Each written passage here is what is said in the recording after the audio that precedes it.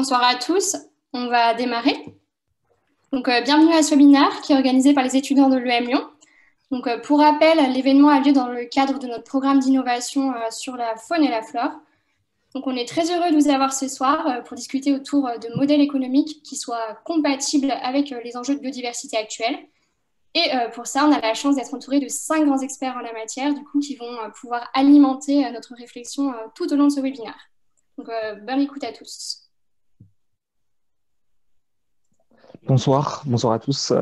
Merci Eva. Je vais commencer la présentation de nos intervenants.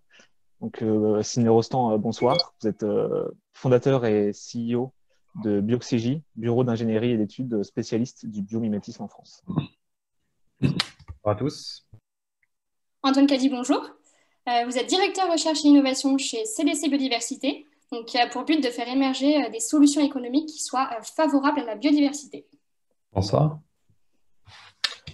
Gilles Lecaillon, bonsoir. Vous êtes président et fondateur d'Ecocéan, société qui propose des solutions opérationnelles clés en main d'ingénierie écologique en milieu marin et aquatique. Bonsoir. Fabien Solman, bonjour. Vous êtes cofondateur et président de Pool House, qui invente un nouveau mode de production d'œufs qui ne tue pas la poule. Bonsoir. Et Nicolas Serres, bonsoir. Vous êtes président du conseil d'administration de WeSeed, plateforme de financement participatif appliquée aux startups, et vous les accompagnez dans leur projet de développement. Voilà. Bonsoir à tous. Bonsoir. Nos 5 intervenants sont présentés. Eva, je te laisse commencer. Encore merci à tous d'être présents ce soir. On est très heureux de vous avoir parmi nous.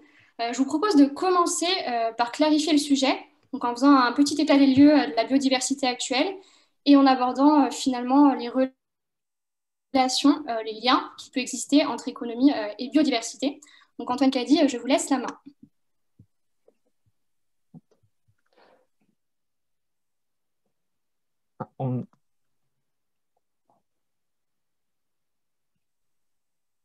Mettre ton micro, Antoine. Alors juste, j'ai perdu la visibilité. Est-ce que vous avez, les diapos qui apparaissent ou... Oui, tout à fait. Tout à fait. Nickel. En mode plein écran ou... Non. C'est mieux comme ça. C'est parfait. Parfait, merci. Bien, écoutez, bonsoir à tous. Lourde responsabilité que d'introduire ce sujet, a fortiori en quelques minutes. Alors, je vous propose en fait de revenir très rapidement sur ce qu'est la biodiversité, puis de faire le lien biodiversité-économie, et puis enfin d'ouvrir une brèche, et les interlocuteurs qui vont suivre, j'imagine, s'y engouffreront, en faisant un parallèle finalement entre ce que l'on a fait sur le climat et ce qui est en train de se faire sur la biodiversité, et qui va permettre certainement de se positionner à la bonne échelle, au bon niveau d'enjeu. Alors, tout d'abord, donc la biodiversité, c'est la vie, vous le voyez sur cette diapositive, ça fait un moment que la communauté scientifique le rappelle.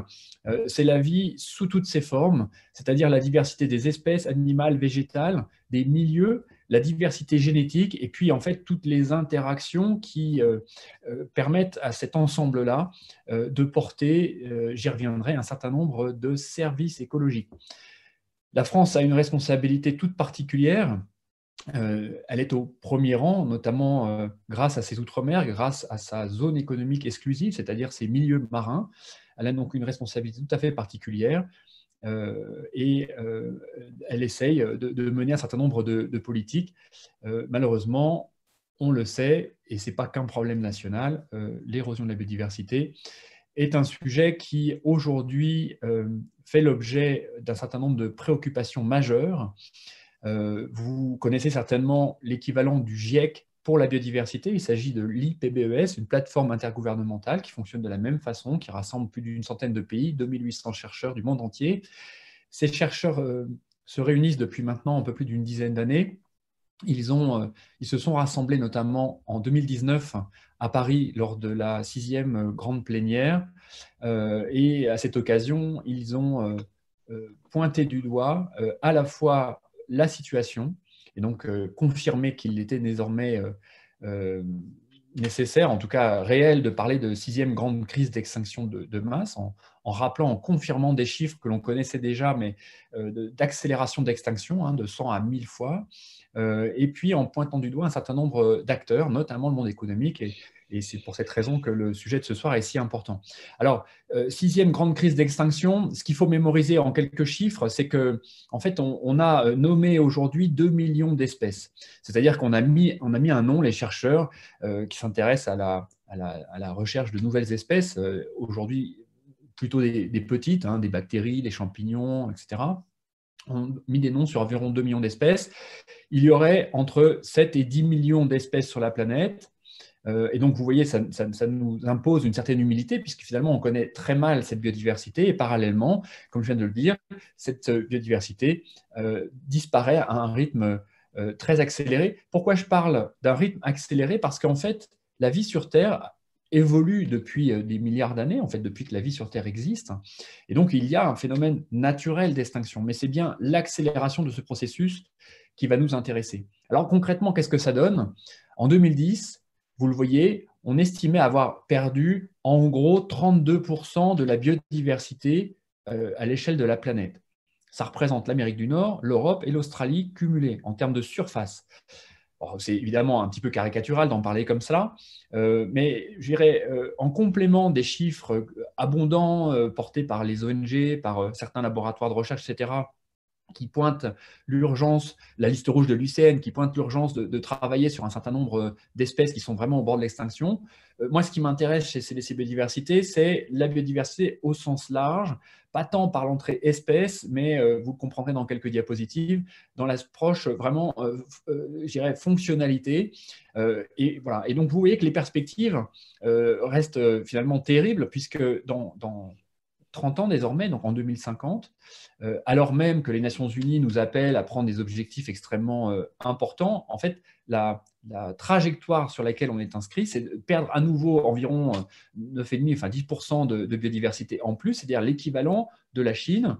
Et donc, vous voyez qu'au final, on se rapprochera de la moitié de biodiversité perdue. Tout ça s'étant fait en environ 150 ans.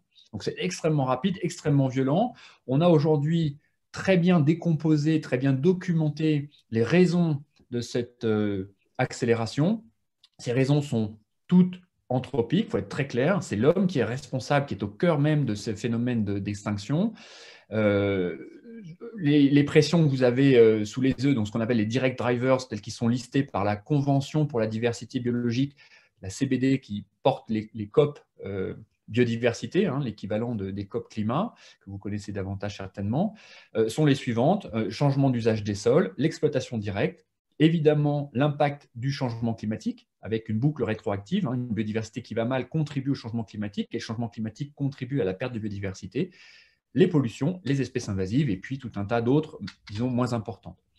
Et ces drivers, ces pressions qui reposent sur la biodiversité, aujourd'hui sont challengées, démultipliées finalement par d'autres pressions, telles que la démographie, notre modèle économique, notre modèle de consommation, et nous sommes collectivement et individuellement concernés. Là encore, on aura des exemples tout à l'heure. La question de nos institutions, de notre gouvernance, ou plutôt de notre incapacité au niveau national, international, à adresser ces sujets au bon niveau. Et puis, malheureusement, bien évidemment, une démultiplication de ces enjeux dans un contexte de conflit. Et puis, nous voyons aujourd'hui d'épidémie. Alors, ça, c'est le tableau sur la biodiversité. Évidemment, il n'est pas brillant. J'aurais pu, mais le temps est trop restreint, mais revenir sur quelques exemples qui permettent de positiver. Si on laisse de la place, si on laisse du temps à la nature, elle arrive à reprendre ses droits. Néanmoins, vous l'avez compris, la pression est très forte. Et aujourd'hui, pourquoi, quand on est un acteur économique, on doit absolument considérer le sujet de la biodiversité comme un sujet véritablement matériel, un sujet concret, à la fois en termes de risque sur le business de l'entreprise, et pour certaines entreprises, et là encore, des garçons comme Gilles vous en parlera tout à l'heure, un véritable potentiel pour développer une activité, eh bien c'est parce que 40% de l'économie mondiale repose sur les services gratuits fournis par la nature. Vous avez des chiffres gigantesques sous les yeux. 40% de l'économie mondiale, c'est énorme. Et en même temps, c'est d'autant plus énorme que ces sommes-là ne sont quasiment jamais intégrées dans la comptabilité des entreprises. C'est-à-dire que l'activité de la majorité des entreprises dans le monde entier, quelle que soit leur leur relation plus ou moins directe à la biodiversité, j'y reviendrai aussi, repose sur une forme d'inconnu. Et parallèlement, 60% des écosystèmes sont menacés, c'est-à-dire qu'en fait, c'est un véritable risque pour l'économie de s'effondrer si la biodiversité s'effondre. Alors, les services en question, il y a ceux que vous connaissez, donc vous en avez plein d'exemples devant vous. On les classe, services culturels, de régulation, d'approvisionnement. J'en prendrai un qui est évident, c'est celui de la pollinisation. Comment envisager la poursuite de nos modèles agricoles, de nos modèles agroalimentaire, simplement de nourrir les hommes et nos animaux domestiques si demain les abeilles, les pollinisateurs sauvages au sens large, et ils sont bien plus nombreux que les abeilles que l'on connaît, ne peuvent plus gratuitement continuer à butiner les fleurs et donc assurer ce service de pollinisation. Il y en a plein d'autres sur la fertilité des sols, sur la qualité de l'eau, de l'air, etc. Alors concrètement, dans quelle situation sommes-nous? Vous l'avez devant vous, 100% c'est l'état initial de la biodiversité, un état théorique évidemment, depuis que l'homme est sur Terre et depuis que l'homme est l'homme, cette situation se dégrade. Aujourd'hui, on est environ à 72% de niveau de dégradation, on tend vers 68 en l'occurrence, et vous voyez les courbes, le scénario de base, c'est si on ne fait rien, c'est le scénario gris qui nous emmène à 58,5 en 2050, et il faudrait que l'on puisse construire des outils, construire des stratégies d'entreprise qui nous permettent de revenir dans une zone donc qualifiée en vert de biodiversité restante, qui serait une zone acceptable, en fait, où le risque d'effondrement de nos sociétés économiques et humaines serait acceptable. Donc, c'est ce qu'on appelle les limites planétaires. Enfin, je pourrais y revenir si vous avez des questions sur ces sujets-là. Et là, l'effort est véritablement colossal. Alors, les entreprises commencent à comprendre, à travailler sur ces sujets-là. Il y a un certain nombre, alors il y a une évolution de la réglementation évidemment qui les pique et qui les incite à faire ce travail. Il y a des incitations aussi positives. Il me semble que c'est particulièrement intéressant, des plateformes, des labels, etc., qui les conduisent dans cette réflexion. Et nous, notre travail, parmi un certain nombre de travaux que l'on conduit, a été ces dernières années de travailler à un outil de mesure de l'empreinte biodiversité. En clair, aider les entreprises à passer d'une approche zéro phyto sur mes espaces verts, un peu de pédagogie, 2-3 chantiers nature, je plante des arbres et puis je mets des ruches sur mon toit, à une approche, en tout cas dans un premier temps, une compréhension, je dirais, plus intrinsèque, plus globale, plus complète de la relation entre le métier, la chaîne de valeur et la biodiversité. Alors cet outil s'appelle chez nous le Global Biodiversity Score. Nous avons présenté une version 1.0 en mai dernier. Il y a tout un dispositif de formation, de licence qui permet aujourd'hui à des entreprises de conseil ou à des entreprises tout court de s'approprier cette méthodologie et donc de réaliser ce qu'on appelle une évaluation de mesure d'empreinte. C'est exactement comme le bilan carbone. Et notre objectif, eh bien, c'est que ces entreprises, réalisant véritablement quelle est leur relation à la biodiversité, puissent construire des stratégies qui prennent tout cela en considération. Je passe sur cette diapositive juste pour vous expliquer qu'en fonction des données disponibles, en fait, la méthodologie va pouvoir scorer l'empreinte biodiversité d'une entreprise, je dirais par défaut, à partir des données financières qui sont disponibles sur la place, ou de manière plus personnalisée, plus précise, si l'entreprise a fait un travail de reporting extra-financier, donc en fait à faire remonter des datas qui permettent à l'utilisateur de la mesure d'empreinte de préciser les contours des choses. Et s'agissant d'un acteur que nous sommes du groupe Caisse des dépôts, nous, ce qui nous intéresse, c'est de pouvoir, dans ce qu'on appelle un dialogue actionnarial, c'est-à-dire dans un travail que l'on réalise avec les entreprises dans lesquelles on a des participations, un peu plus de 800 entreprises en France, donc vous voyez, c'est assez conséquent. Donc, ce n'est pas CDC Biodiversité, hein, c'est la partie investissement du groupe Caisse des dépôts, partie établissement public, et donc d'accompagner ces entreprises dans une démarche de transition. Alors, vous le voyez aussi sur cette diapositive-là, on s'est vraiment calé sur l'exercice du bilan carbone. L'enjeu est de pouvoir utiliser le même vocabulaire, une partie des mêmes données pour accélérer le processus. On a mis 25 ans à passer d'une méthodologie label bas carbone, bilan carbone à une appropriation large et à une objectivation aujourd'hui d'un certain nombre d'entreprises sur ces sujets. On n'a pas le temps sur la biodiversité, donc il faut aller plus vite. Et nous avons créé un club, puisque là encore, l'enjeu, ce n'est pas de passer d'un développement un petit peu distant, abscon, à quelque chose qui mettrait du temps à être approprié par les acteurs. Donc, ce club a permis de rassembler très rapidement un certain nombre d'entreprises, d'investisseurs, pour pouvoir en permanence, de manière itérative, et vous le voyez, ils sont assez nombreux, répondre à leurs questions, prendre en compte leurs desiderata, leurs remarques, et essayer d'aboutir à quelque chose véritablement d'opérationnel. Voilà, donc nous en sommes là. Et avant de passer la parole aux prochains intervenants, juste vous inciter à aller sur le site de la mission économie de la biodiversité. Vous y trouverez un certain nombre de publications, notamment des publications qui reviennent sur le sujet de la mesure d'empreinte, en français ou en anglais, selon l'exercice que vous préférez. Voilà, à tout à l'heure, merci.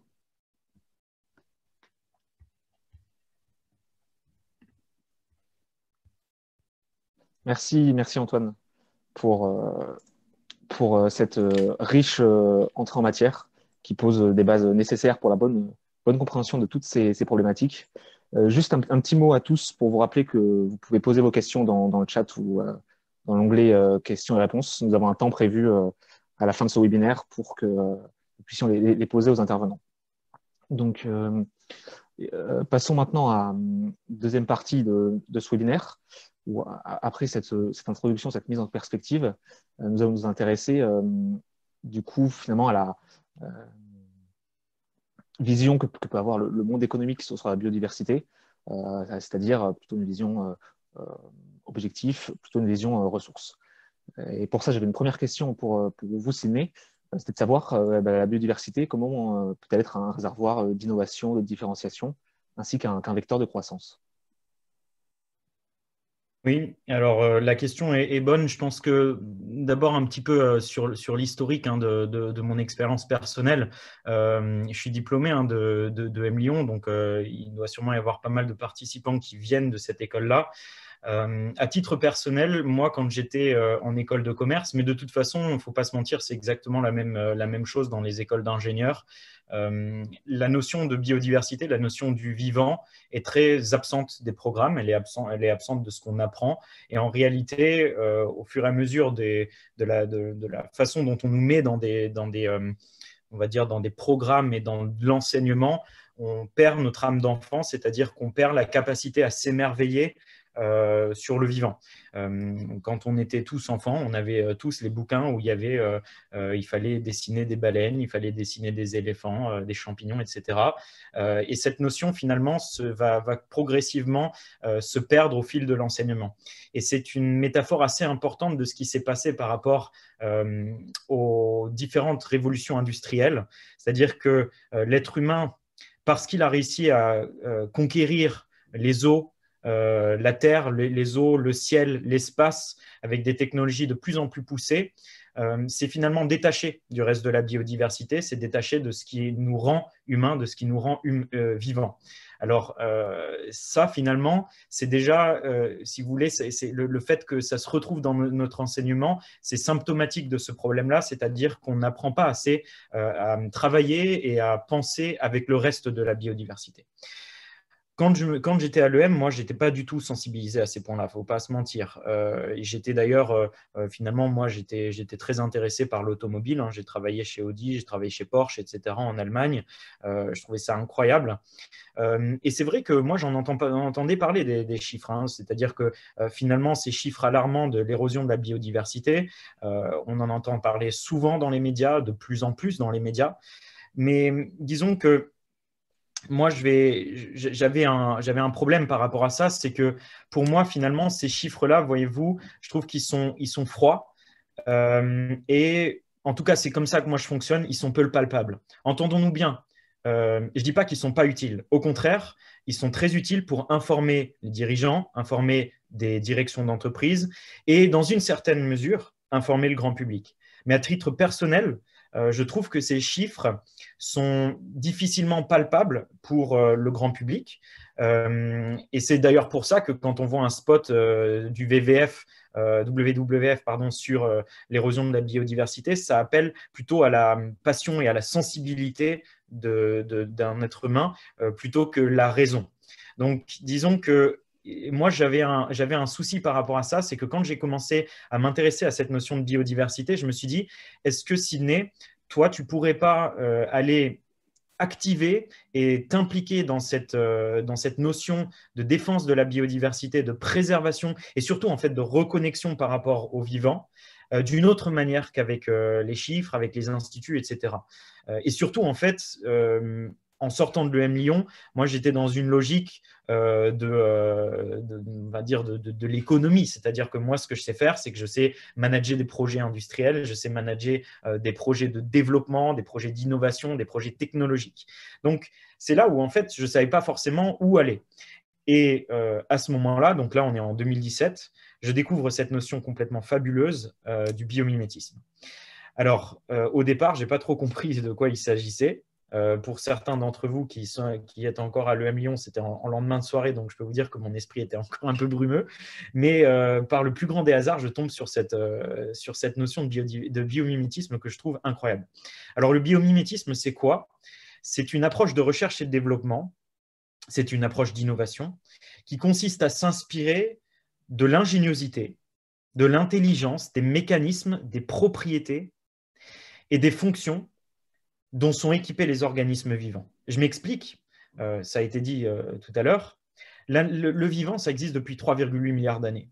Le vivant, ça existe sous de très nombreuses formes, et il y a environ, effectivement, 2 millions d'espèces qu'on connaît, qu'on sait décrire. Et encore, on ne sait pas tout à fait les décrire dans les détails. Mais ce qui est sûr, c'est que le vivant, les organismes vivants vivent sous contrainte, dans des environnements sous contrainte. Donc, c'est-à-dire qu'ils sont obligés de répondre à un certain nombre de défis, des défis techniques, et pour ce faire, ils développent des propriétés, ils développent des mécanismes. Et parce que ça fait très longtemps justement que les organismes vivants existent, 3,8 milliards d'années, bon, la plupart des êtres vivants sont arrivés un petit peu appelés, mais disons que les êtres vivants existent déjà depuis des milliers d'années, voire des millions d'années ou des centaines de millions d'années pour certains. Ils ont réussi justement à développer et après à itérer sur ces technologies, sur ces techniques, sur ces stratégies, sur ces mécanismes dont ils sont équipés. Et ils répondent à tout type d'enjeux. Il y a des enjeux sur la thermorégulation, la résistance à la chaleur, la dissipation d'énergie, des enjeux sur l'aérodynamisme, sur l'hydrodynamisme, des enjeux de résistance matérielle, des enjeux de sobriété matérielle, des enjeux de ressources, des enjeux de communication, etc. Et donc, le biomimétisme, c'est une tendance qui est née dans les années 1980-1990, en tout cas, c'est à partir de ce moment-là que ça s'est vraiment massifié, qui est de se dire, non mais attendez, justement, la nature, c'est un réservoir de savoir-faire, c'est un réservoir de connaissances. Et on peut aller puiser dans ces connaissances-là pour créer des technologies, pour améliorer nos technologies dans l'industrie, concrètement dans l'industrie. Et donc, en découvrant cet univers-là et cette possibilité, cette opportunité, ça a été un vrai coup de cœur. Moi, je me suis lancé presque tête la première et j'ai créé Bioxégie, qui est aujourd'hui le spécialiste français de cette approche-là. Et donc, pour répondre à ta question, Quentin, le biomimétisme a cet avantage, effectivement, concrètement et de façon palpable pour une entreprise, de répondre à des problèmes industriels et à faire en sorte que l'entreprise comprenne concrètement que telle ou telle espèce ou groupe d'espèces a une valeur économique palpable parce que c'est de l'économie de la connaissance. Et ça, c'est de l'immédiateté et c'est du pragmatisme immédiat pour l'entreprise. Et c'est ça qui rend le biomimétisme redoutable. Parce que juste avant ce rendez-vous, j'étais avec Dassault Aviation. Vous comprenez bien que pour Dassault Aviation, la notion de biodiversité, à titre personnel, effectivement, les employés de Dassault Aviation, je prends un exemple au cas où, vont effectivement être sensibles à ces questions de biodiversité. Effectivement. Mais pareil, c'est des notions qui sont éloignées. Quand on peut presque aussi désespérer quand on est citoyen à part entière de ce qui se passe avec le climat et avec la biodiversité. C'est difficile de s'engager. Est-ce qu'on s'engage dans une association? Est-ce qu'on vote différemment? Est-ce qu'on va participer à des groupes de réflexion? C'est très complexe. Et pour un COMEX d'entreprise, c'est pareil, c'est complexe. Et donc, là, il y a une immédiateté qu'on vient proposer à l'entreprise où on lui dit très clairement, pour créer tes technologies du futur, pour améliorer l'aérodynamisme de ton avion, pour réduire l'empreinte acoustique de ton avion, pour réduire le poids de ton avion, donc pour faire en sorte que ton avion consomme moins, on va aller s'inspirer on peut aller s'inspirer de tel ou tel oiseau, de tel ou tel insecte, de telle ou telle fibre naturelle, de telle ou telle stratégie de tel prédateur qui va réduire son empreinte acoustique quand il va marcher, etc., etc. Donc, vous voyez, il y a une sorte d'immédiateté qui fait que tout d'un coup, il y a auprès de nos interlocuteurs dans la R&D, en tout cas, une sorte d'émerveillement. Et ça, c'est ce qui est très beau avec notre métier du biomimétisme, c'est qu'il y a un émerveillement. Donc, vous devez imaginer, finalement, c'est ça notre métier. Quand on travaille avec des ingénieurs dans les bureaux d'études qui sont sur leur ordinateur, qui font de la SCAO extrêmement complexe et qui font depuis 20 ans, qui résolvent un problème technique ou un enjeu technique depuis 20 ans de la même manière, on va les tirer de cette façon de penser pour leur apporter un faisceau d'analyse qui est complètement différent, mais radicalement différent, qui consiste à aller s'émerveiller et se réouvrir à l'observation de la nature. Et à partir de ce moment-là, peu importe leur âge, qu'ils aient 50 ans, 60 ans, qu'ils soient près de la retraite, etc., vous avez vraiment un réémerveillement et qui se disent « mais putain, c'est incroyable ». Effectivement, ça, c'est dingue, la sophistication du système de la libellule pour aller atterrir et décoller. C'est dingue la façon dont la chouette va atténuer les vortex de vibration pour réduire son empreinte acoustique quand elle passe dans l'air, etc. Ah, tiens, je peux l'utiliser pour mon Rafale, je peux l'utiliser pour mon Falcon, mon jet privé, etc. Donc, vous voyez, il y a des réflexions qui se créent et qui donc recréent de l'émerveillement et recréent de la considération. Et ça, je pense que c'est un des objectifs qui est celui de Bioxégie. Évidemment, on va proposer, parce que c'est le côté pragmatique, il ne faut pas se mentir qu'on doit avoir, on va proposer de la compétitivité industrielle et de la compétitivité économique pour l'entreprise avec laquelle on travaille en faisant de la R&D bio-inspirée. Mais derrière ça, on propose un nouvel univers d'émerveillement et je pense que c'est important de le dire et de le souligner. Et donc, derrière ça, Bioxégie va aussi avoir d'autres plans parce que l'émerveillement, c'est déjà bien. Effectivement, ça rapporte de la considération, ça rapporte du respect vis-à-vis de la biodiversité pour tous les ingénieurs avec lesquels on travaille. Mais au-delà de ça, Bioxégie essaye d'avoir d'autres plans et de se dire, OK, alors vous comprenez bien que pour une entreprise qui a 3 ans comme nous, quand on travaille avec Safran, EDF, etc., c'est des mastodontes vis-à-vis de nous. Mais on va dans cette direction. Peu à peu, on y va et peu à peu, on y arrive. C'est que à partir du moment où on fait nos preuves et qu'on montre que le biomimétisme marche, qu'on montre par exemple à EDF, eh bien, écoutez, grâce à tel insecte et son système cognitif, on a réussi à développer un nouvel algorithme de cybersécurité du réseau électrique français.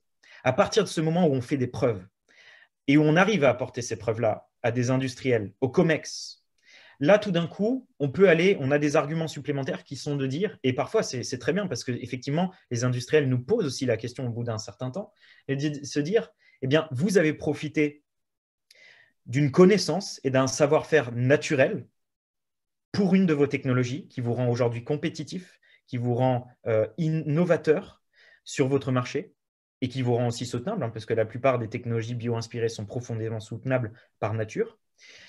Eh bien, qu'est-ce qui se passe maintenant si on essaye de rétribuer une partie de ce savoir-faire, une partie de cette réussite à la nature? Et là, on essaye de développer des programmes où les industriels, comme ils ont réussi à créer une technologie bio-inspirée avec nous, vont réinvestir une partie de la plus-value créée, du flux financier créé, vers la meilleure compréhension de la biodiversité, c'est-à-dire vers des laboratoires, vers des musées, vers des centres de compétences et de recherche en biodiversité et en biologie, qui permettent du coup d'approfondir notre connaissance du vivant et donc de valoriser encore plus cette connaissance-là et donc de mieux défendre aussi la notion de la nature comme ressource, la nature comme une économie de la connaissance, ou, et c'est compatible, hein, les deux sont possibles en même temps, aussi investir dans de la préservation ou de la meilleure, collaboration avec la nature. Donc, on fait un petit peu de ces deux-là et c'est vers ça qu'on essaye de pousser maintenant chez Bioxégie en matière de R&D bio-inspiré. Je ne sais pas si ça répond à ta question, Quentin. Si, merci Sidney. Oui, si je reformule, en fait, l'intérêt du biomimétisme, c'est que ça permet d'apporter des preuves concrètes et immédiates aux entreprises de la valeur qu'apporte la biodiversité, justement, comme ce que vous disiez sur notamment la connaissance et l'émerveillement, et d'où du coup la nécessité finalement de préserver cette biodiversité essentielle. Merci bien. Et donc, du exactement. Coup, en fait, Si je reprends et que je reformule aussi, et Antoine avait raison de le dire, la biodiversité, c'est la vie. Si vous voulez, moi, mon cœur de métier, c'est de dire la biodiversité, c'est le savoir. Ça marche. Eh bien, justement, je propose de passer sur une troisième partie. C'est-à-dire que maintenant que nous avons fait poser un cadre sur la biodiversité, sur l'intérêt qu'elle nous donne et surtout toute la connaissance qu'elle procure, sa richesse, on va s'interroger aujourd'hui sur, finalement, dans le monde économique, quelle stratégie mettre en place pour préserver cette biodiversité. Et je voulais commencer par une première question à vous, Nicolas, vous qui avez suivi, accompagné beaucoup de projets. Je voudrais savoir aujourd'hui, finalement, on a l'impression de ne pas trouver beaucoup d'entreprises qui ont pour cœur de métier ou comme cœur de proposition de valeur une restauration ou une préservation de la biodiversité. Et donc, je voulais savoir, pour vous, quels sont les pain points aujourd'hui, quelles sont les difficultés pour créer un modèle économique durable sur ces questions-là. Merci Quentin. Écoutez, je pense que la plupart des entreprises aujourd'hui, et du fait du contexte, je pense que le contexte Covid, il change quand même beaucoup la donne. Et il y a une vraie prise en compte aujourd'hui de la biodiversité dans les enjeux, notamment RSE, mais pas que. Je pense que la plupart des dirigeants des entreprises qu'on côtoie, elles commencent à l'intégrer doucement, doucettement, effectivement, dans leur modèle. Et nous, on essaye de les sensibiliser à ça. Alors, effectivement, on a plusieurs catégories d'entreprises liées à la préservation de la biodiversité. On a celles qui en font effectivement une activité core business. Donc, et là, on a un pain point qui est une perception effectivement d'activité généralement peu rentable ou perçue telle qu'elle en fait.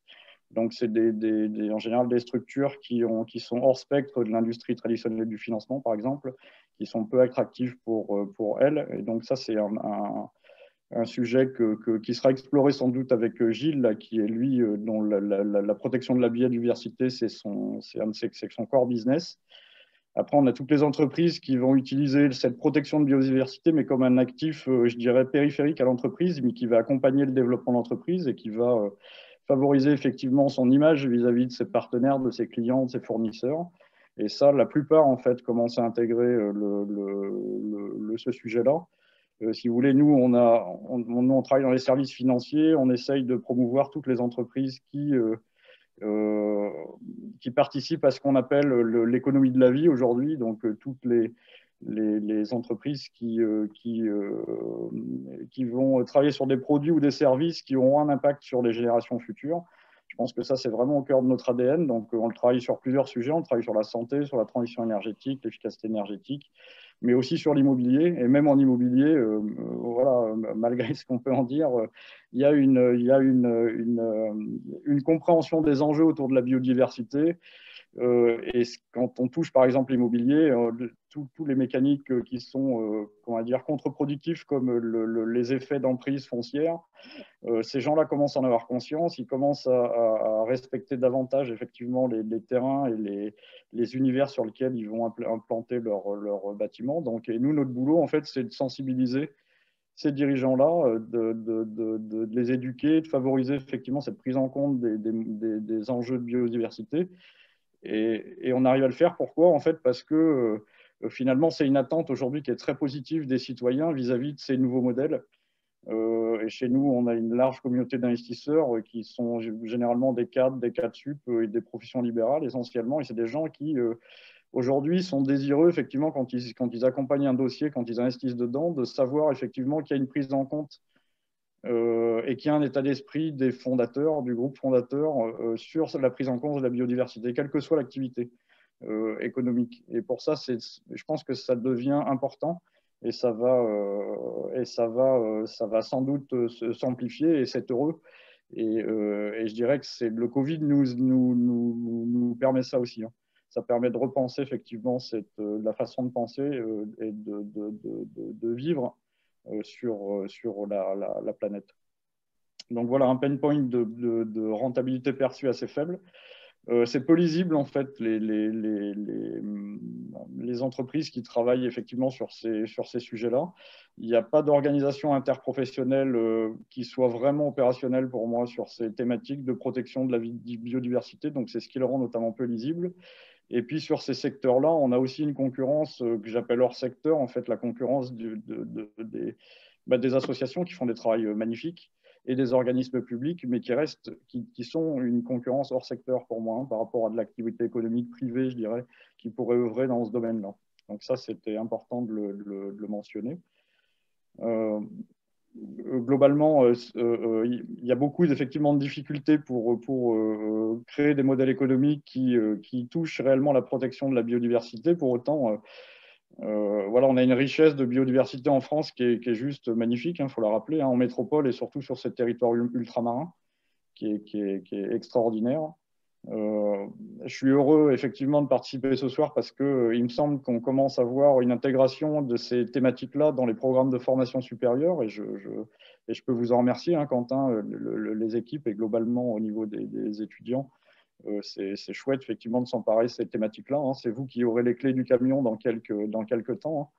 Donc on compte sur vous pour faire bouger des lignes et nous on sera à votre service pour essayer d'amener de la valeur par rapport à ce qu'on sait faire sur du financement, je dirais bottom-up des citoyens au sens large. Merci beaucoup, Nicolas, pour votre réponse. On va maintenant passer à 2 exemples d'entrepreneuriat qui sont très inspirants puisqu'ils ont su construire leur modèle économique autour justement de cette préservation de la biodiversité. Donc, Gilles Lecaillon, vous êtes président et fondateur d'Écocéan qui est spécialisé dans la restauration écologique des milieux marins. Est-ce que vous pouvez nous en dire plus sur votre proposition de valeur et sur votre business model? Oui. Alors, c'est important de noter que donc, nous, on est une entreprise privée avec des actionnaires et des investisseurs. Donc, on n'est pas une association, comme on l'a dit juste avant, enfin, comme effectivement des associations peuvent être concurrentes, et qu'on a été créé en 2003. Et qu'aujourd'hui, après 10 ans de plateau, voire de presque disparition, on a eu une courbe, on va dire, un peu comme une start-up. En fait, on est une start-up qui a mis du temps à démarrer. Ça veut dire une chose, ça veut dire que, comme l'a dit Nicolas, ce n'est pas super rentable de suite, puisque les effets, quand on fait quelque chose sur la biodiversité, ils ne sont pas immédiats de suite. Particulièrement, nous, on a choisi le côté complexe du milieu marin, c'est-à-dire que ça ne se voit pas, en plus, c'est sous l'eau. Et c'est dans un milieu ouvert, donc quand on fait une action, quand vous mettez un poisson dans la mer, il se barre, quoi. Alors que quand vous plantez un arbre, généralement, quand vous revenez quelques temps après, il est toujours au même endroit, à peu près. Donc, c'est ultra compliqué de démontrer que ce qu'on fait a un rôle, un retour sur investissement pour celui qui l'achète, en tout cas. Donc, je suis d'accord sur le fait qu'on est perçu comme peu rentable, mais nous, on a donc mis du temps à être rentable, mais en tout cas, aujourd'hui, on l'est rentable. Donc, par rapport à, puisque c'est la question que vous me posiez, il nous a quand même fallu presque, j'allais dire, on a créé 2003 et encore j'en ai créé d'autres avant, donc on va dire il a fallu 10 ans pour être rentable. Alors, est-ce que ces 10 ans, ce n'est pas aussi le temps qu'il a fallu dans ces 20 dernières années pour que les gens se rendent compte de l'intérêt de la biodiversité aussi? C'est vrai qu'il y a de plus en plus de cours, Nicolas en parlait juste avant. Moi, je reçois de plus en plus de CV, il y a de plus en plus de formations qui parlent de biodiversité. Donc, on va dire que c'est… moi, j'ai le sentiment que ce côté-là positif, que c'est en train de changer, qu'il y a de plus en plus de gens qui se rendent compte qu'il y a une importance sur la biodiversité. Le biomimétisme en fait partie. Moi, il y a 20 ans, j'étais aux États-Unis, j'entendais parler de biomimétisme. Aujourd'hui, on commence.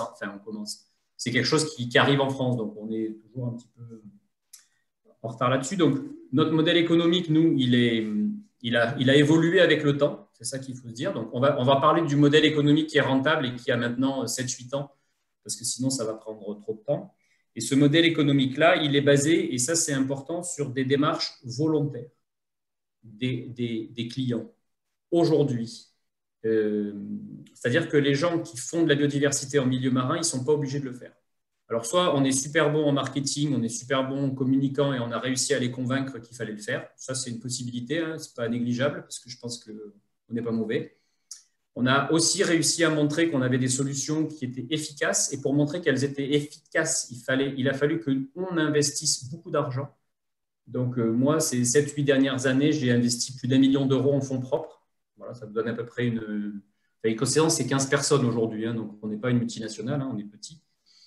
Mais donc, il a fallu investir beaucoup en innovation et en recherche et développement pour démontrer qu'on avait un intérêt écologique à faire ce qu'on faisait. Donc, ça, c'est le postulat aussi de base. Et une fois tout ça fait, on arrive à trouver des clients, dont je vais vous parler, puisque c'est aussi le cœur de la question, qui achètent finalement des services écosystémiques. Et Antoine en a bien parlé tout à l'heure. Et celui qu'on arrive à commercialiser finalement, enfin, dont on a démontré l'importance et dont on a trouvé des clients, c'est le service de nurserie. Dans un cycle de vie des animaux marins, vous avez une phase de nurserie qui est très côtière, qui est très inféodée à la côte, à l'interface entre la mer et la terre. Et cette interface-là, elle a un rôle écologique majeur, qui sont des nurseries, donc c'est des endroits où les individus grossissent. Et en fait, on ne s'en rend pas bien compte. Des fois, on peut faire une étude d'impact, regarder le gros poisson, même si on fait beaucoup de bruit, le poisson se barre, puis quand il n'y a plus de bruit, le poisson revient. Quand on a créé une digue, eh ben, on va regarder le poisson, il se barre et après il revient et on dit qu'il n'y a pas d'impact. Et en fait, si, il y a eu un énorme impact sur l'habitat. Et donc, ça a des rôles sur la nurserie. Et toutes ces nurseries, finalement, tout le monde veut habiter près des côtes, tout le monde veut des bateaux dans des ports. Et donc, on a ciblé et on est arrivé comme ça dans le modèle économique en disant, OK, aujourd'hui, il y a des gens il y a des gestionnaires qui gèrent des marinas ou des ports de commerce. Et ces endroits-là étaient des nurseries naturelles avant que ces ports arrivent. Et plutôt que d'aller les voir en leur disant, c'est pas bien du tout, hein, ça serait bien qu'on enlève le port et qu'on revienne comme c'était avant. Ça, il y en a qui le font. Il y a des ONG qui essayent de faire ça. Ça fonctionne. C'est bien qu'ils soient là, mais ça ne fonctionne pas des masses. Nous, on est arrivé en disant, OK, vous avez un écosystème artificiel, autant lui donner une fonction écologique. Vous avez investi de l'argent pour faire vous avez amélioré la qualité de l'eau, ce qui est le préalable. Donc maintenant, on peut vous apporter des fonctionnalités écologiques en vous apportant un outil, peu importe l'outil, on ne veut pas communiquer sur notre outil, mais c'est quelque chose qu'on vient mettre dans votre port et qui va redonner des fonctions écologiques et ça va être hyper positif pour vous. Et en fait, quand on a rencontré les 130 ports de Méditerranée française, en fait, il y en a 125 qui nous disent « Ah putain, super, génial. Moi, j'adore la mer, en fait. Depuis 10 ans, on vient me voir en me disant que je suis un gros salaud parce que je pollue alors que je suis un gestionnaire de port, finalement, c'est pas… ou de marina, ce n'est pas lui le responsable. Hein. Lui, il gère un parking. Et avant, on le regardait comme un parking à bateau. Et nous, on a pris l'approche différente. On s'est dit non, ce n'est pas un parking à bateau, c'est un écosystème artificiel. Et on peut lui donner une valeur écologique. Et bien, les gens ont dit OK, moi, j'achète. Voilà globalement la démarche qui a pris 17 ans. Hein. Enfin, je veux dire, aujourd'hui, je vous la résume en 5 minutes. Mais d'ailleurs, je ne l'avais pas perçu comme ça il y a 17 ans en arrière. Hein. C'est la manière d'apporter ça et de trouver le bon modèle économique qui se fait avec le temps, en fait. Et aussi le retour que les clients potentiels peuvent avoir. Très bien, merci beaucoup Gilles. On a beaucoup d'entrepreneurs, ou du moins de futurs entrepreneurs dans la salle, qui aimeraient en savoir un peu plus sur votre parcours. Du coup, est-ce que vous pourriez nous présenter rapidement votre vie entrepreneuriale, les acteurs qui ont pu vous aider, vos échecs, et puis bien sûr vos réussites? Alors moi, je n'ai pas du tout fait d'école de commerce. Je suis biologiste marin au départ. Donc, je bosse qu'avec des scientifiques qui aujourd'hui sont des partenaires, mais qui ne sont pas des partenaires financiers. Ce n'est pas eux qui me font vivre, c'est plutôt l'inverse. Donc, mon parcours, il est que je me suis rendu compte que j'avais la possibilité d'avoir, il y a 20 ans en arrière, dans un labo de recherche dans lequel je bossais, l'opportunité de valoriser une nouvelle ressource marine, qui était les larves, les bébés poissons plutôt que les gros poissons, bon, peu importe le sujet. Et je me suis acharné, parce que le mot, c'est acharné en fait. Je me suis dit, il y a quelque chose à faire avec ça. Donc, il fallait évidemment être passionné et être volontaire et se dire qu'il y avait quelque chose à faire là-dessus. Et être patient aussi, même si patience, ce n'est pas un truc qui me caractérise comme ça à premier abord. Mais finalement, il a fallu attendre 15 ans pour que je puisse en faire quelque chose d'intéressant de tout ça et de rentable. Donc, on va dire que je suis un biologiste marin, mais mon côté biologiste marin, il me permet que quand je suis devant des scientifiques marins, de pouvoir leur répondre autant que n'importe qui d'autre. Donc, je suis un chef d'entreprise qui adore l'innovation, qui adore le milieu marin, certes, qui a des valeurs hyper importantes parce que tout ce qu'on propose, on le propose en économie circulaire. Hein, voilà, donc tout ça est intégré dans pas dans notre core business, mais dans notre core COERP. Enfin, voilà, ça fait partie de nous. Pareil pour mes salariés, ils ont tout ça à l'intérieur. Mais on n'est pas des écolos qui fument des joints tous les week-ends. Hein. C'est pas ça du tout. Hein. On était pragmatique. Il faut apporter au client la démonstration que c'est important pour lui de faire ça, qu'il va y trouver son compte. Alors, il faut y arriver par plusieurs chemins, mais on y arrive aujourd'hui. Donc, ce qu'il faut être quand on veut créer une entreprise liée à la biodiversité, et je pense que c'est bien de le faire parce que la dynamique va dans ce sens clairement. Alors, il ne faut pas attendre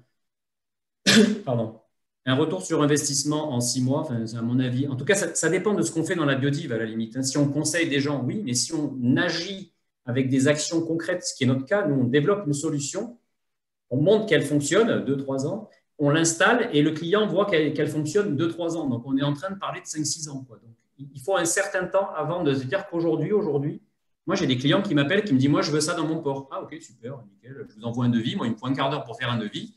Terminé. Donc, aujourd'hui, on est connu, reconnu. Ça a pris du temps et on vient nous chercher parce que, ils se tirent un peu tous la bourre. Et ça fait partie du modèle économique aussi de la biodiversité.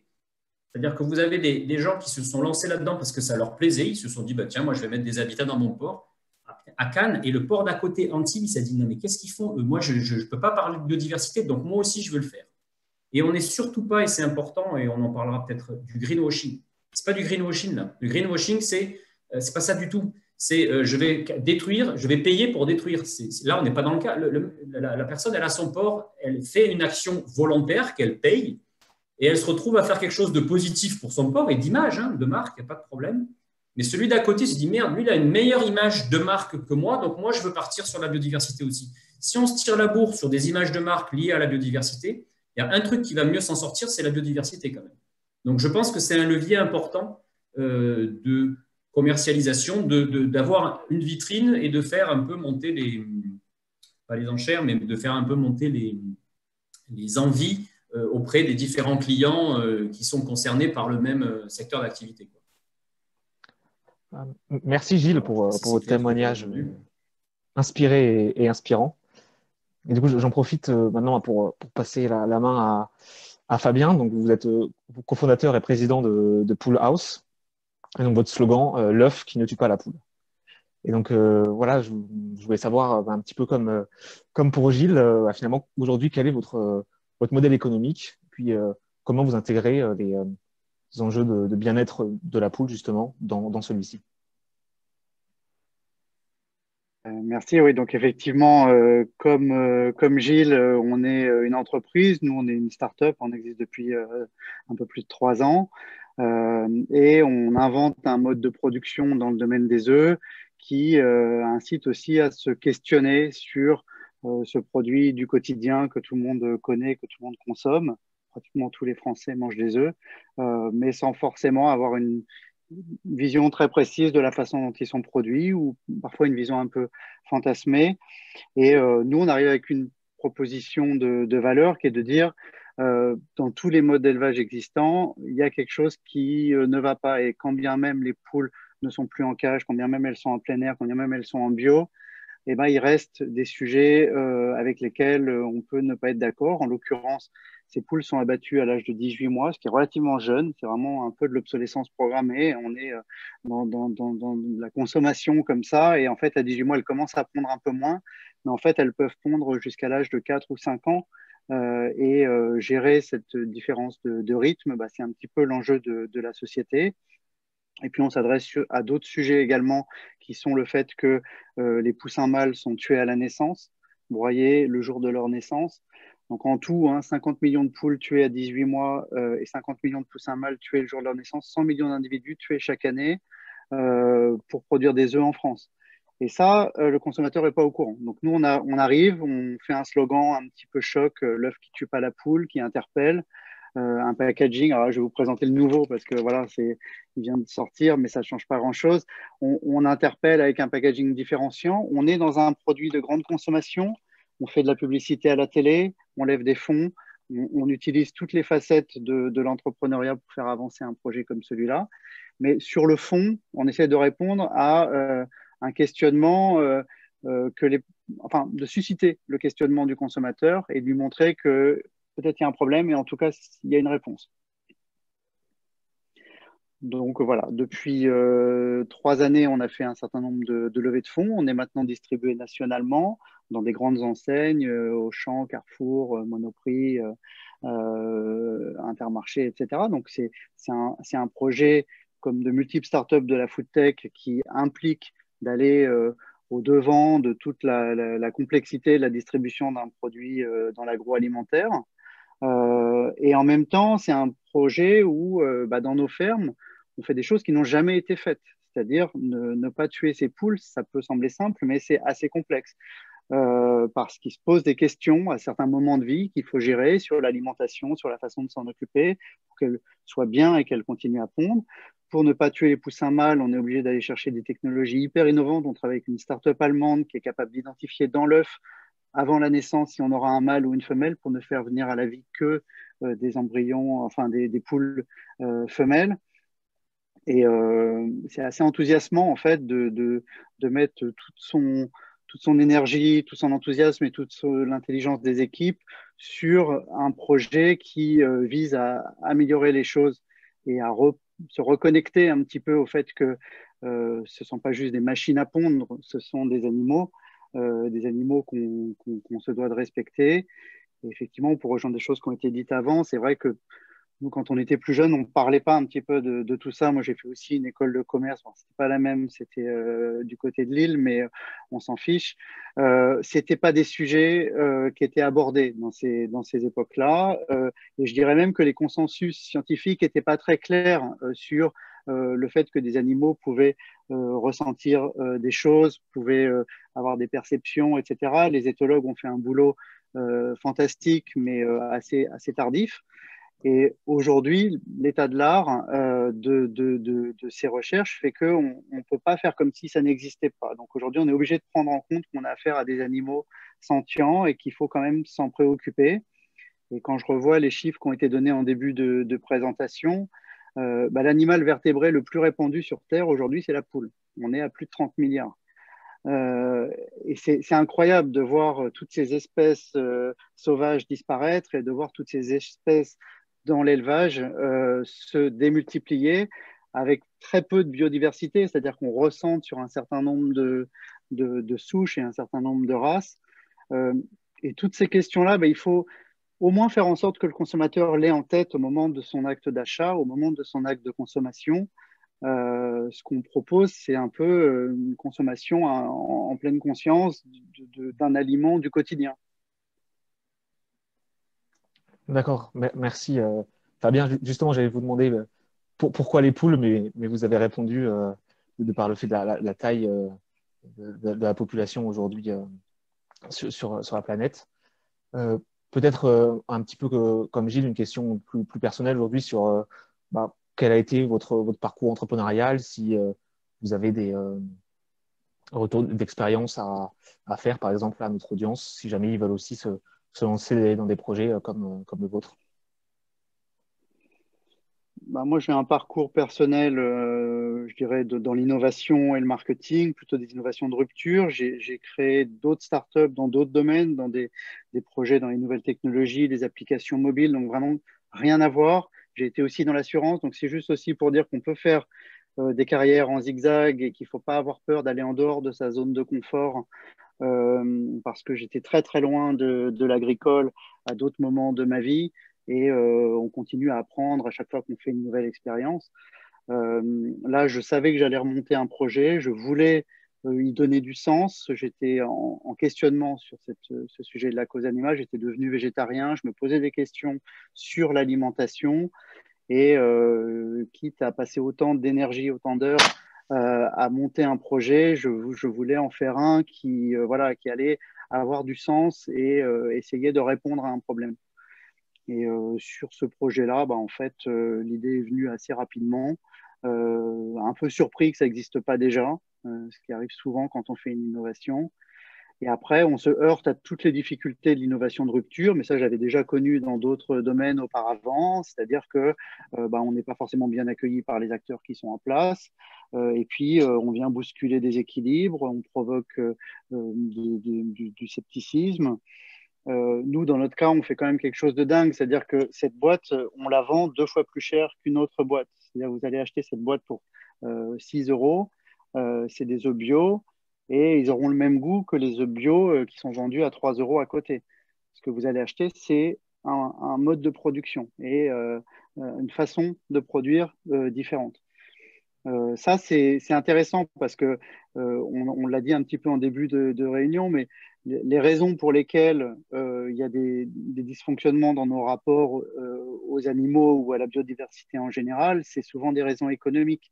Et l'œuf, c'est un exemple vraiment évident, c'est-à-dire qu'on a tiré les prix vers le bas depuis des années et des années. À la fin de la guerre, les poules, elles pondaient 120 œufs par an.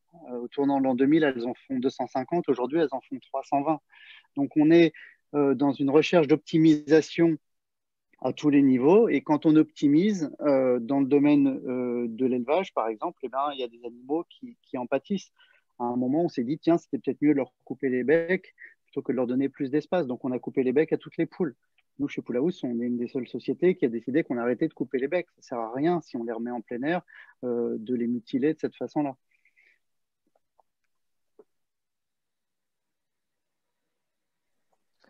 Merci Fabien pour votre témoignage, en tout cas.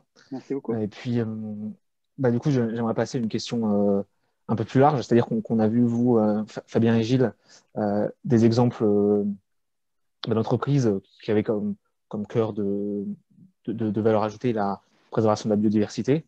Mais je voudrais savoir si finalement ces enjeux, on peut aussi les transposer dans les stratégies d'autres entreprises qui ne sont pas, je dirais, nativement tournées sur ces questions-là.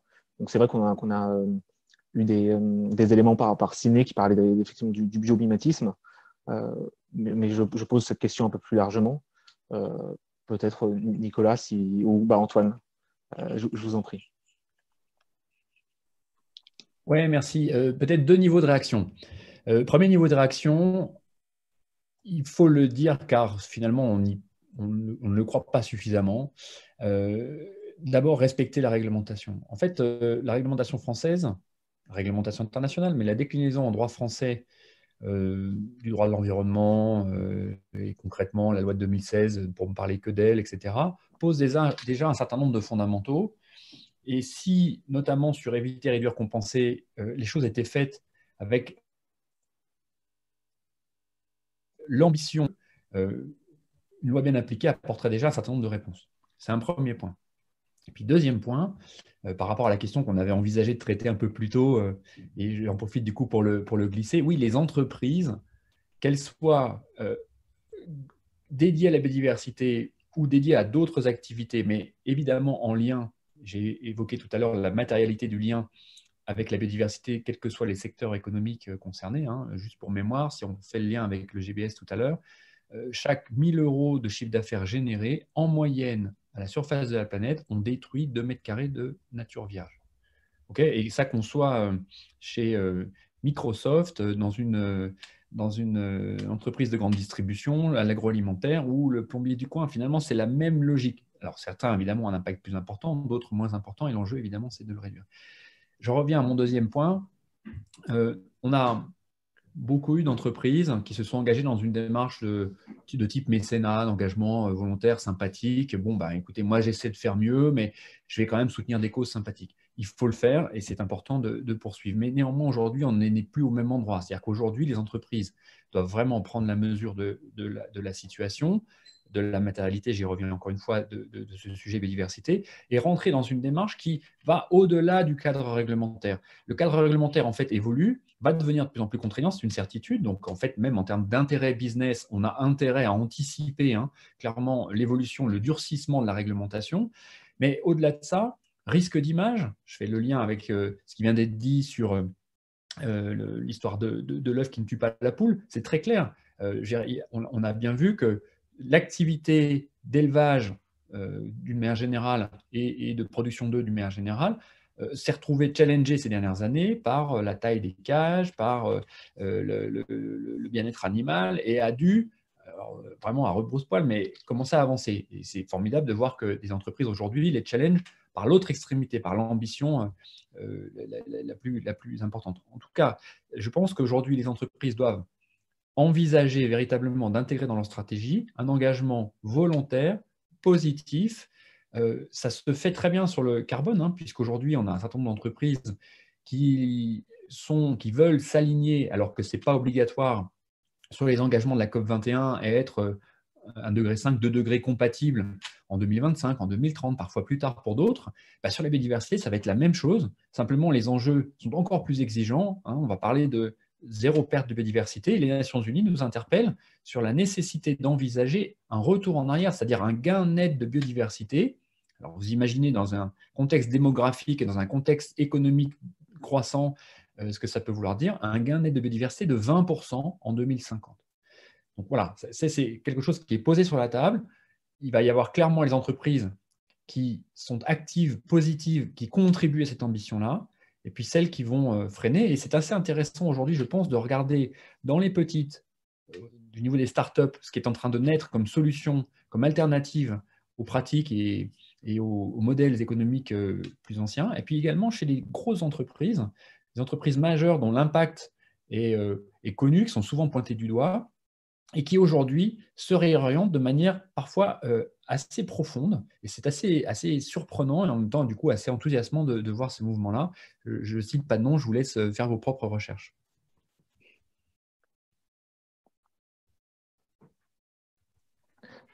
Merci Antoine pour votre intervention. Du coup, peut-être sur un complément sur cette question, si Nicolas ou Sidney ou Gilles ou Fabien veut intervenir. Gilles, allez-y. Je vais rajouter juste un petit point. Je vous ai parlé des clients qui étaient des collectivités. Aujourd'hui, on a des clients qui sont des grands groupes industriels français. Et en fait, alors peut-être des fois, il y a le big PDG qui parle de biodiversité parce que ça fait bien et on va dire que lui, il fait ça parce que ça fait bien.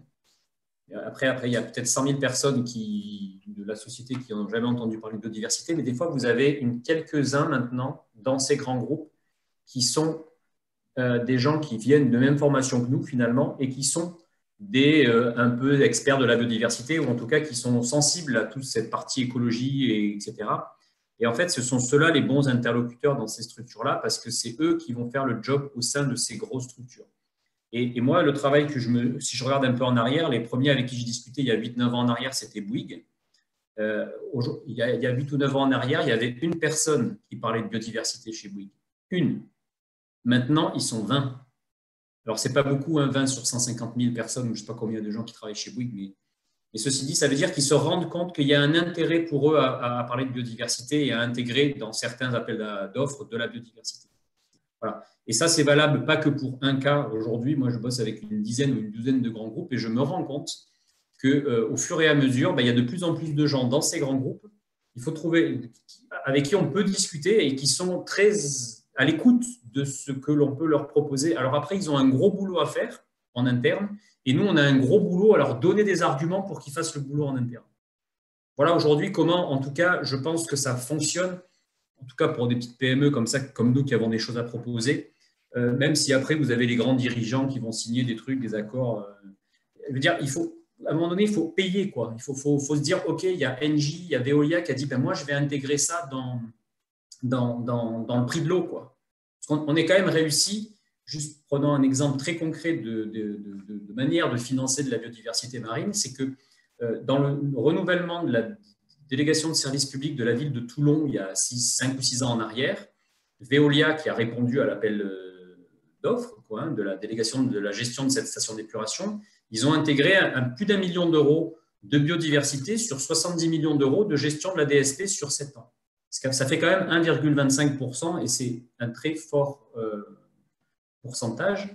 Et en fait, il y a 1 million de gens qui sont dépendants de cette station d'épuration et donc qui payent des taxes sur leur consommation d'eau et tout ça. Et donc, ils payent Veolia. Et ça représente, je crois, 14 ou 15 centimes d'euros par personne par an, en fait. Et donc, c'est quasiment transparent. Évidemment, leur facture d'eau augmente un petit peu, mais finalement, il y a énormément pendant 7 ans, il y a des actions qui sont faites localement pour faire de la biodiversité, pour remettre des poissons dans la mer, indépendamment du fait qu'on embauche des gens aussi, parce qu'il y a quand même ça. Il faut quand même le dire, ce n'est pas que la biodiversité, il y a les gens qui travaillent dans la biodiversité aussi. Donc, je trouve qu'il y a de plus en plus, en tout cas, de groupes ou de grands groupes ou d'entreprises qui voient un vrai intérêt. Parce que Veolia, s'ils ont fait ça, à la différence de Suez, en l'occurrence pour ce cas-là, c'est un élément ultra différenciant sur l'appel d'offres par rapport à leurs concurrents. Et donc, je pense que le coup d'après, ils vont tous les deux vouloir le faire, mais donc il va falloir qu'il y en ait un qui le fasse plus que l'autre. Voilà. Donc, c'est là où on... Vous m'entendez ou pas? Parce que je vois que ma connexion est instable. On vous entend très bien. Oui, on vous entend. Ok, bon, voilà, c'était juste ce que je voulais rajouter par rapport à ce que disait Antoine.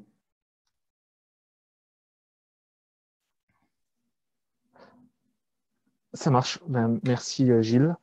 Écoutez, je pense qu'on peut passer à cette session questions-réponses avec les questions qui ont été posées par notre audience.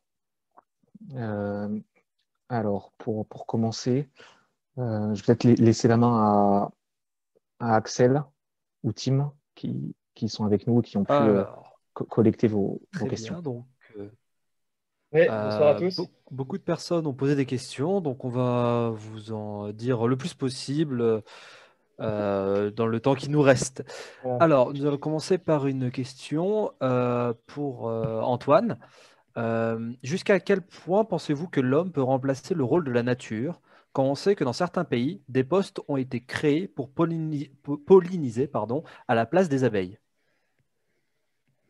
Ben oui, sympathique question, effectivement. Alors, ce qui est intéressant, en fait, c'est de faire le tour d'horizon complet.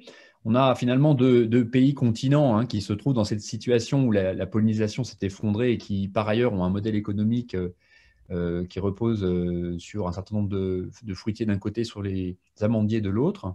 Alors, en Chine, la réponse a été de dire, bon, la main-d'œuvre coûte rien, ou en tout cas, on est capable de trouver de la main-d'œuvre qui coûte rien, et donc on va donner des pinceaux à des jeunes femmes et des femmes plus âgées pour pouvoir finalement compenser l'absence de biodiversité. Donc, on avait de pollinisateurs. Donc, on a cette situation. Donc en créant entre guillemets des emplois, mais en fait, ce n'est pas du tout des emplois, c'est plutôt un truc pas très loin de l'esclavage. Et puis aux États-Unis, autre réponse, voilà, réponse business, pas de problème, on va créer des trucks gigantesques dans lesquels on va mettre des ruches d'abeilles domestiques, et puis on va louer ça. Et ces trucks vont pouvoir passer de parcelle en parcelle pour polliniser notamment les amandiers en Floride. Et alors, ils vont même plus loin aux États-Unis puisqu'ils sont en train de travailler sur des drones miniatures qui pourront demain faire les pollinisateurs high-tech à la place des pollinisateurs sauvages. Dans tous les cas, pour moi, la réponse est la même. C'est-à-dire que là où on avait un service gratuit fourni par la nature, c'est-à-dire une nature qui fonctionne, qui porte bien d'autres services, dont celui de soulager l'agriculteur de l'exploitant agricole de cette préoccupation, ça devient tout d'un coup un centre de dépenses pour l'agriculteur. Alors vous me direz, oui, effectivement, mais la start-up dans la Silicon Valley qui va inventer les drones, elle va gagner des ronds. Peut-être qu'effectivement, elle va gagner des ronds. Mais en attendant, c'est l'ensemble d'une activité économique qui repose, qui couvre en France, par exemple, 2 tiers du territoire. Je ne saurais pas vous dire exactement ce que les surfaces agricoles et forestières représentent comme surface aux États-Unis, mais enfin, dans tous les cas, ça va être très important. Et donc, c'est ce risque-là d'effondrement. Et puis, il ne faut pas oublier qu'indépendamment de ce regard économie centré, la disparition des pollinisateurs, c'est aussi une accélération du processus de disparition d'autres plantes sauvages qui ont besoin de pollinisateurs pour se reproduire et qu'on n'utilise pas, nous, à court terme, c'est-à-dire pour lesquels on n'a pas une relation directe d'exploitant ou d'utilisateur.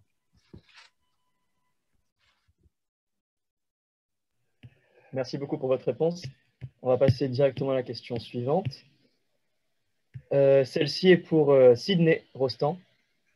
Donc, dans un monde où les ingénieurs se spécialisent de plus en plus, on parle donc de monodisciplinarité, comment arrivez-vous à atteindre une multidisciplinarité au sein de Bioxégie? C'est une question assez justifiée, légitime, je trouve. Déjà, nous, on crée un nouveau métier. C'est bien le métier de biomiméticien. Donc, les ingénieurs qu'on a en interne chez Bioxégie, ce sont généralement des ingénieurs généralistes. Donc, il faut imaginer des ingénieurs des ponts, des ingénieurs des mines, de centrales, etc., qu'on va former pour créer et comprendre en fait ce que ça veut dire que l'articulation entre un modèle biologique, ce qu'on appelle un système biologique de référence, donc un enseignement, une leçon biologique sur laquelle on va se baser, et après un modèle technologique. Et donc, nous, on va avoir des ingénieurs généralistes ou des biologistes généralistes, donc des personnes qui ont une connaissance. Les biologistes généralistes, c'est des gens qui ont des connaissances en fait très larges sur l'arborescence du vivant et ce que le vivant sait faire, et eux travaillent en interne avec les ingénieurs de chez Bioxégie qui sont des ingénieurs généralistes. Et après, pour répondre à votre question, toute la subtilité repose dans la capacité qu'a Bioxégie à mettre en place un orchestrage complexe entre les compétences des clients. Chez les clients, vous avez, si je reprends l'exemple de Dassault, le spécialiste en aéroacoustique, le spécialiste en système hydraulique à l'intérieur de tel ou tel composant, etc. Nos ingénieurs généralistes et bio-ingénieurs spécialisés en biomimétisme, et puis après aussi des laboratoires. Bioxégie travaille jamais seul, Bioxégie travaille toujours avec des laboratoires et des centres de compétences qui viennent compléter notre expertise quand on atteint des degrés de technicité très forts. Donc, c'est qui? C'est des chercheurs au CNRS, c'est des chercheurs à l'Institut des nanosciences de Paris, des chercheurs de Supaéro, des chercheurs des ponts sur tout ce qui va toucher au BTP, etc. Et donc, c'est des personnes qui ont des capacités très ciblées à un moment donné. Donc, si vous voulez, le rôle de biomiméticien, c'est d'avoir des compétences techniques et biologiques généralistes, et puis après d'être chef d'orchestre pour faire appel et compléter son dispositif. L'erreur du biomimétisme, depuis des années, c'est d'avoir considéré que ceux qui étaient le mieux placés pour faire du biomimétisme, c'était des biologistes. Or, ce n'est pas vrai, les biologistes, c'est qu'une brique qui arrive à un certain moment donné pour comprendre un système biologique donné, donc un modèle donné, mais en réalité, l'expertise biomimétique repose surtout sur de l'ingénierie et des disciplines spécifiques en technique, mécanique, chimie, optique, etc., des développeurs informaticiens. Je vous ai parlé évidemment d'algorithmique, etc. Et donc, je pense que c'est ça un petit peu ce qui fait le sel de notre métier, c'est un orchestrage de plein de compétences à des moments donnés. C'est des projets industriels extrêmement complexes, le biomimétisme, et donc c'est une expertise qu'on se crée. Il n'y a pas de bonne réponse, c'est que la plupart du temps, on y arrive, mais ça prend du temps avec un industriel de travailler là-dessus. Il ne faut pas se mentir, dans notre pays, on n'est pas forcément les mieux équipés en matière de pluridisciplinarité.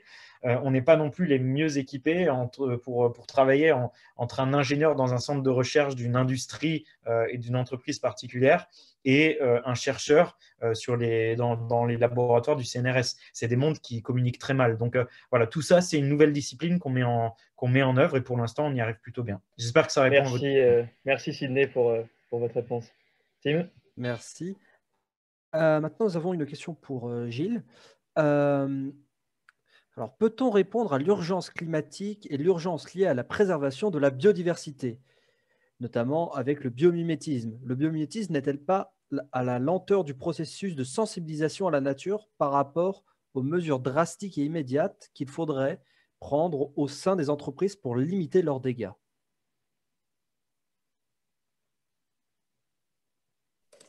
C'est pour moi, ça, c'est sûr? Oui, c'est pour vous. Il va falloir me la relire ou que je la lise, parce que je n'ai pas tout compris. Là. Alors, en plus, le biomimétisme, ce n'est pas ma spécialité, mais… je répondrai sur la partie biomimétisme. Okay. C'est vrai que la question est un peu longue, là. Pour la résumer, est-ce que la limite du biomimétisme, ce n'est pas sa lenteur que l'on peut faire pour l'appliquer dans les entreprises, alors qu'il y a peut-être d'autres processus qui pourraient permettre aux entreprises de limiter leurs dégâts? Non, mais entendons-nous bien. Le rôle du biomimétisme n'est pas de remplacer le rôle de la réglementation ou le rôle d'entreprises formidables comme celle de Gilles ou d'organismes comme celui d'Antoine. Ce n'est pas ça le rôle du biomimétisme. Le rôle du biomimétisme, c'est juste d'offrir une alternative supplémentaire, industrielle, placée au centre de la R&D pour effectivement obtenir des résultats et compléter finalement les autres résultats. Donc le biomimétisme n'a pas vocation à être une réponse universelle à la problématique de la biodiversité. Bien au contraire, on est là pour apporter une corde à l'arc supplémentaire. Quant à sur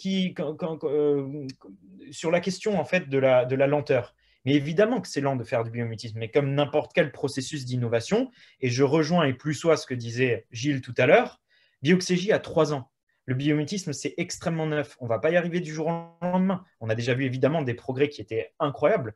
Tout ce qui est important au début dans la vie d'un entrepreneur, c'est la foi qu'il place dans son projet et après la discipline qu'il va y mettre, donc la rigueur qu'il va y mettre. On commence à avoir des résultats. Et moi, je pense que l'impact plus massif de Bioxégie et du biomimétisme pour la biodiversité, ça arrivera peut-être plus dans 5 ans, dans 10 ans, parce que c'est complexe pour nous. Donc, c'est pour ça que je vous dis, c'est bien sûr qu'il faut faire la réglementation. C'est plus immédiat, c'est plus rapide. Nous, c'est des questions qui vont se manifester plus dans la durée, qui seront importantes à ce moment-là. Hein, ça, je peux vous le garantir. Mais pour l'instant, on est une jeune entreprise, donc il faut être patient avec ça.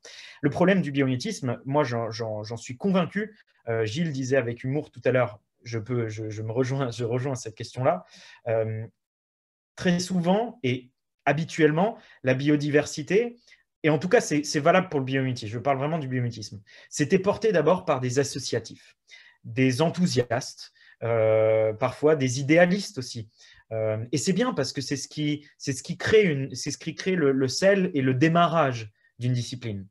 Mais après, pour gagner en vitesse, il faut rentrer dans les choses sérieuses. Et c'est là où des diplômés comme ceux de l'EM Lyon, mais comme ceux des écoles d'ingénieurs, etc., avec un point de vue pragmatique, rapide, compatible avec l'entreprise, on a notre rôle à jouer. Et vous imaginez, il faut d'abord évangéliser des personnes comme nous. Moi, j'ai eu de la chance de tomber par hasard sur le biomimétisme. Donc déjà, il faut nous évangéliser. Et après, il faut qu'on crée le métier, crée l'expertise. Donc ça, c'est extrêmement complexe et ça ne se fait pas du jour au lendemain. Donc j'ai envie de vous répondre à cette question, je la trouve légitime, mais il faut de la patience par rapport au biomimétisme, ça ne se fera pas du jour au lendemain. Et comme dit le biomimétisme, ça n'a que vocation et on n'a que l'aspiration de rajouter une corde à l'arc.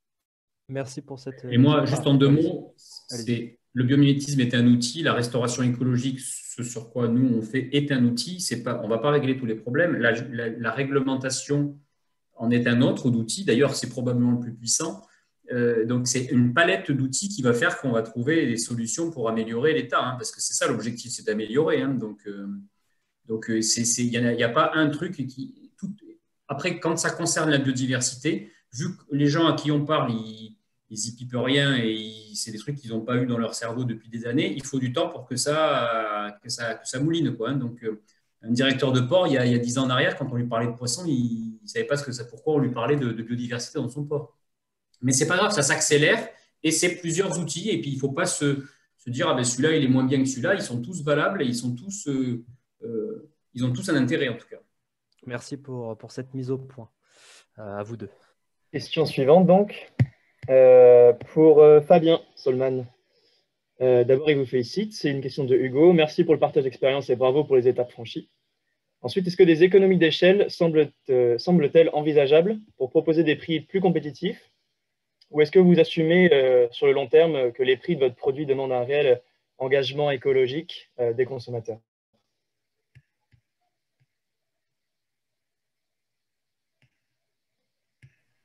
Alors, on ne vous entend pas. Monsieur Solman, oui. On ne vous entend pas. Ah, bien, sinon, c'est pas grave, on passera peut-être à la suivante. Ah, le voilà. Non.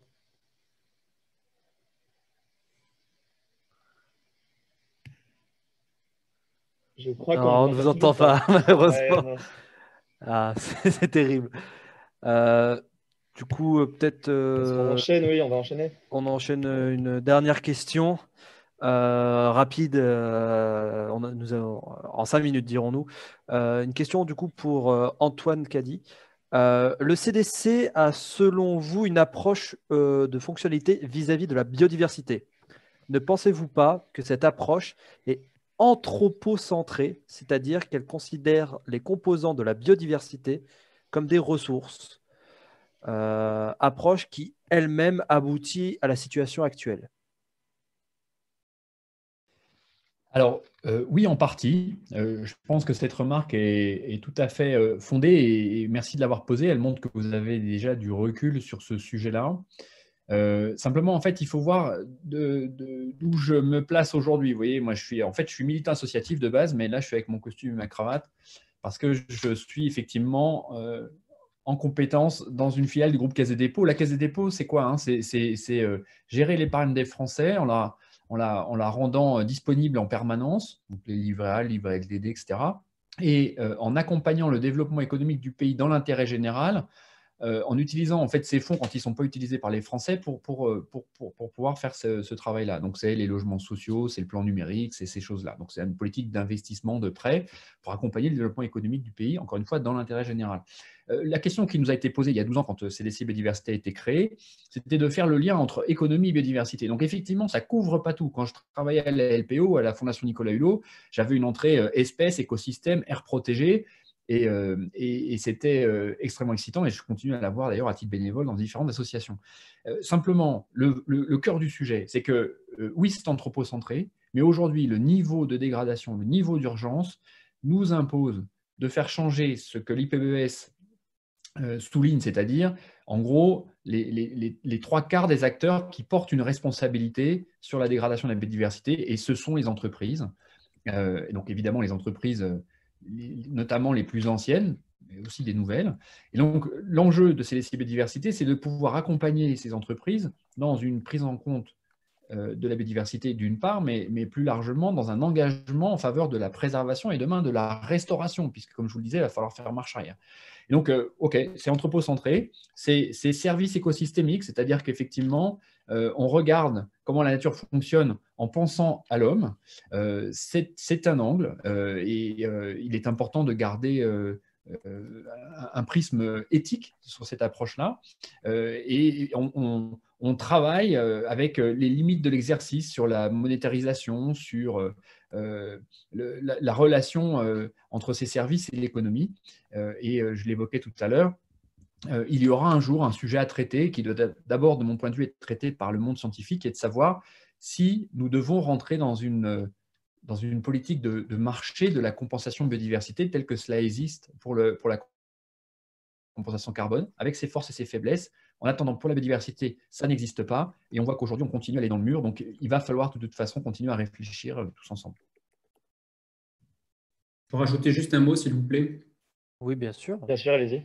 C'était juste que je ne vois pas comment ça peut être autrement qu'anthropo-centré ou tout ce qu'on veut. Je veux dire, on est autour d'une table, là, on a tous des cerveaux, on est des êtres humains, donc on est obligé de le rendre. Je veux dire, si ce n'est pas anthropocentré, c'est que l'homme, il n'existe pas. Donc, il faut l'éradiquer pour que ce soit différent de quelque chose qui ne soit pas réfléchi par l'homme et pour l'homme, quoi. La nature, elle, comme on l'a dit, c'est la vie, mais c'est obligatoire et c'est pas grave en fait que ça le soit, parce que souvent on nous le dit ce truc, oui, mais là ce que vous faites c'est pour nous. Ben oui, c'est pour nous. Évidemment que c'est pour les êtres humains qu'on fait ça. Et toutes les analyses qu'on peut avoir du chercheur jusque c'est pour que l'être humain se porte mieux. Et donc c'est anthropocentré et c'est pas grave. C'est ça que je veux dire. C'est mon point de vue en tout cas. C'est bien sûr que ça l'est et c'est factuel en fait. Mais je suis complètement d'accord avec ce que dit Gilles. On perd du temps en fait si jamais on pense que l'urgence en fait de la question sur la biodiversité, mais même le changement climatique en général, c'est tellement urgent comme problème qu'en fait il faut appeler à la notion profonde de ce qui est bougé chez un être humain, c'est le côté anthropocentré. Je veux dire, ça fait des années et des années qu'on entend l'expression sauver la planète, c'est bon pour la planète, etc. Comme si c'était un acte d'empathie, une bonne action qu'on faisait. On aurait peut-être gagné du temps si on avait commencé par dire il faut absolument sauver nos économies, sauver nos emplois, sauver nos îles, sauver notre barrage, etc., etc. Parce qu'en réalité, c'est ce qui parle beaucoup plus aux entreprises. Et il ne faut pas se mentir, je pense qu'il ne faut pas être candide là-dessus. La plupart des personnes sont quand même dans une logique très rapide de qu'est-ce que j'en retire par rapport à ça.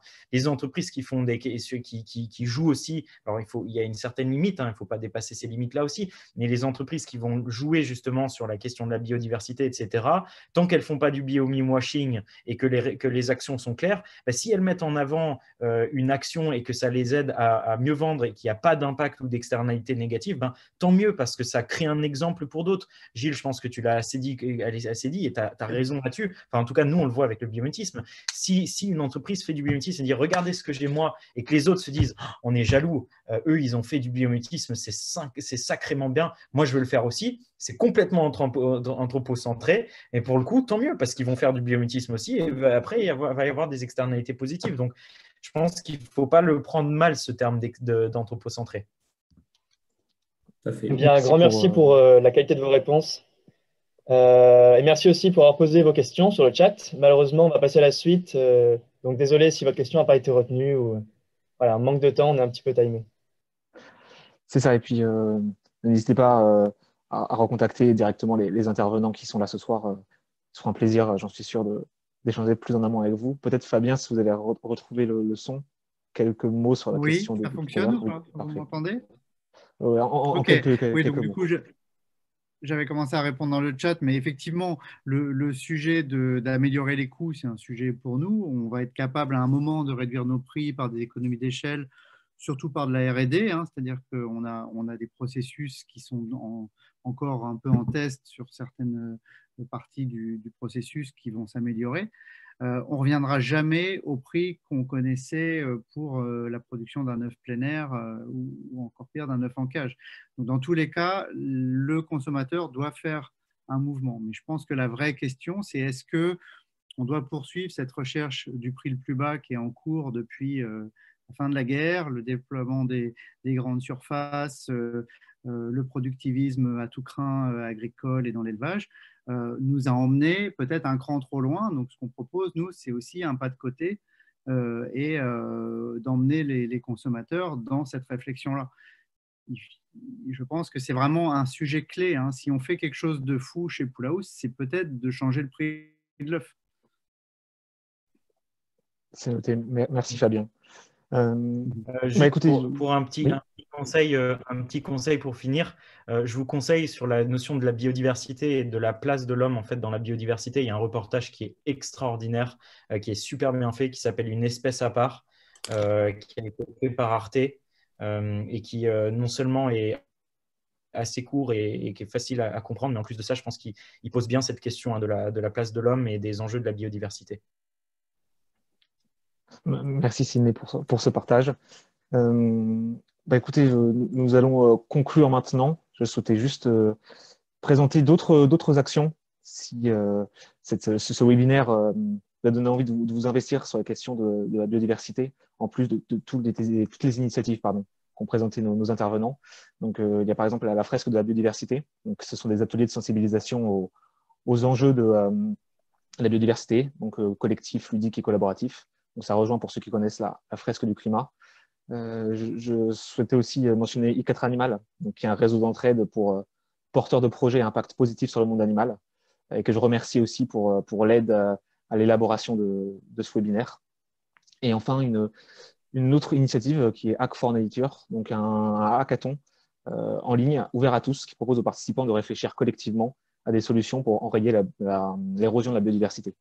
Donc, ils font un challenge par mois et celui du mois de décembre, donc il va commencer bientôt, a pour thème le suivi de la migration nocturne des oiseaux. Voilà, et puis pour le mot de la fin, je le laisse à Eva. Donc pour conclure, je vous invite à passer sur vos téléphones. On va faire un dernier petit bouclap pour que vous puissiez nous faire part d'un mot ou d'une idée que vous ayez retenu de cette soirée. Donc Quentin, je te laisse afficher le QR code. Yes. Parfait. Hop. Et pour vous laisser le temps de trouver le code ou de screener le QR code. Et je vais partager les réponses.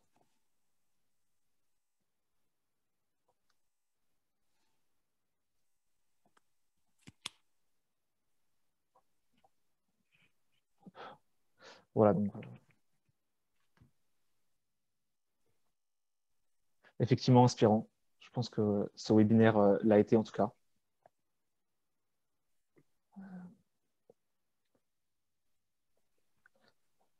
Voilà, en tout cas, je voulais vous vous remercier. On peut se laisser sur tous ces mots, ce nuage de mots qui représente voilà, ce que l'audience en a retenu et puis tout ce qu'on peut encore espérer pour l'avenir sur ces questions-là. Merci à vous tous. Merci à Gilles, Nicolas, Fabien, Sidney, Antoine pour votre participation et votre temps. Merci Quentin et vos équipes. Et félicitations à l'organisation et au timing. Hein. C'est rare. Carrément. Merci à tous, bonne soirée.